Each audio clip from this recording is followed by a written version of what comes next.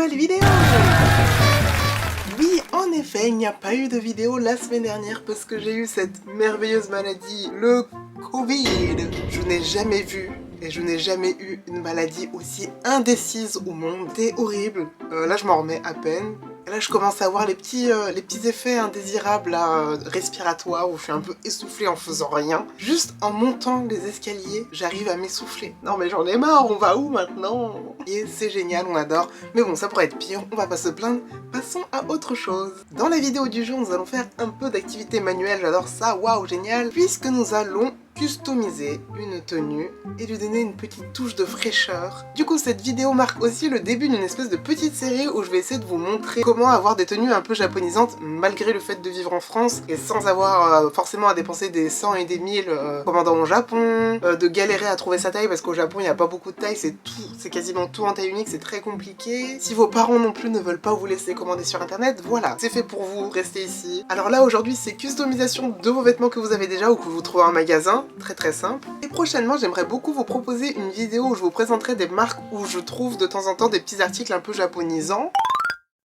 J'avais vu sur le site de Hank Rouge une jolie tenue composée d'une veste et d'une jupe plissée et je dis waouh c'est trop bien, génial. Et là j'ai vu le prix, non mais c'est pas possible, je vais devoir payer les frais de port, les frais de douane parce que maintenant il y a systématiquement des frais de douane quand je prends un colis du Japon jusqu'en France. Fait un peu beaucoup, payer à peu près allez, on va dire 130 € juste pour une tenue, ça fait un peu beaucoup. Je ne roule pas sur l'or, voilà, on a l'impression que je dépense beaucoup, mais vous inquiétez pas, non, pas trop non plus. Tout est calculé, les petits sets vestes plus jupe en ensemble étaient très à la mode au Japon durant cet hiver, et l'imprimé est déjà à la mode depuis un an, il me semble, depuis le printemps dernier, il y a déjà cette petite mode de tartan, pied de poule, etc., etc. Et cet hiver en France, on a eu quelques petits ensembles qui sont sortis, du coup je me suis dit, pas mal, pas mal. Du coup je me suis retrouvée sur ce merveilleux site qui s'appelle Vinted, du coup c'est pas mal Vinted, c'est pour acheter en seconde main, et parfois à petit prix. J'ai trouvé un petit set sympathique, c'est de la marque Bershka. Je n'aime pas trop cette marque parce qu'ils font leurs jupes tellement courtes, encore plus courtes que certaines marques japonaises. Enfin je parle pas des jupes longues,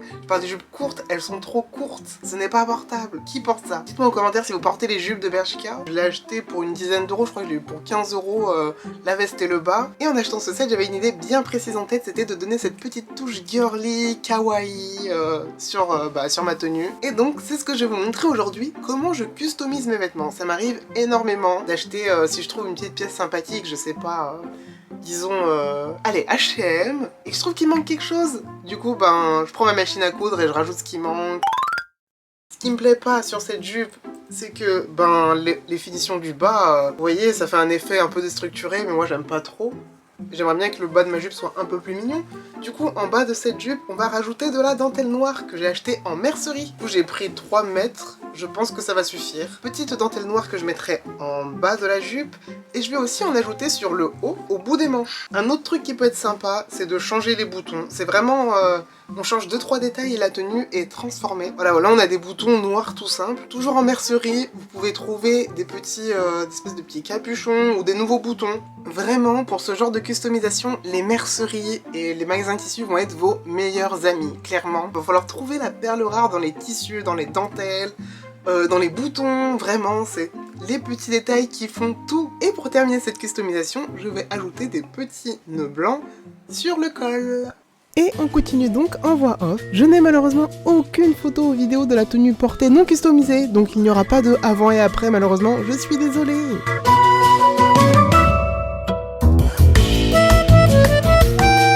Si vous n'avez pas de machine à coudre, vous pouvez tout coudre à la main avec un fil et une aiguille. Malheureusement, ça va vous prendre un peu plus de temps.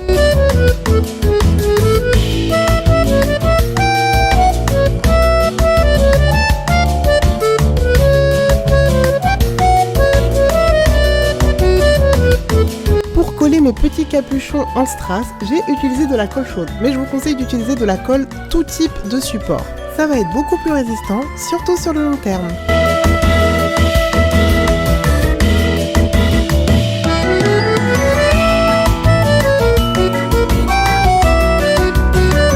Pour faire les nœuds qui vont orner le col, j'ai utilisé ce joli ruban argenté et noir.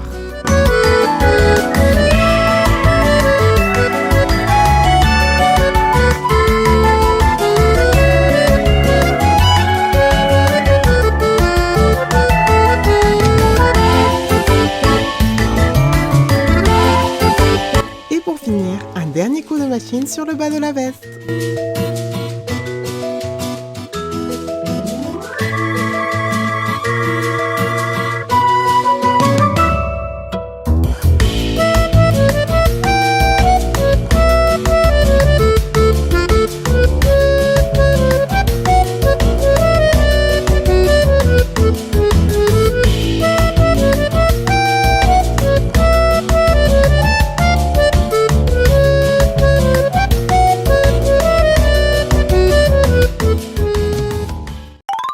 Et voilà, maintenant vous avez une tenue unique au monde. Et oui, parce que personne n'aura les mêmes dentelles que vous, enfin je l'espère. Bah, les probabilités sont très faibles. J'espère que cette vidéo astuce customisation vous aura plu.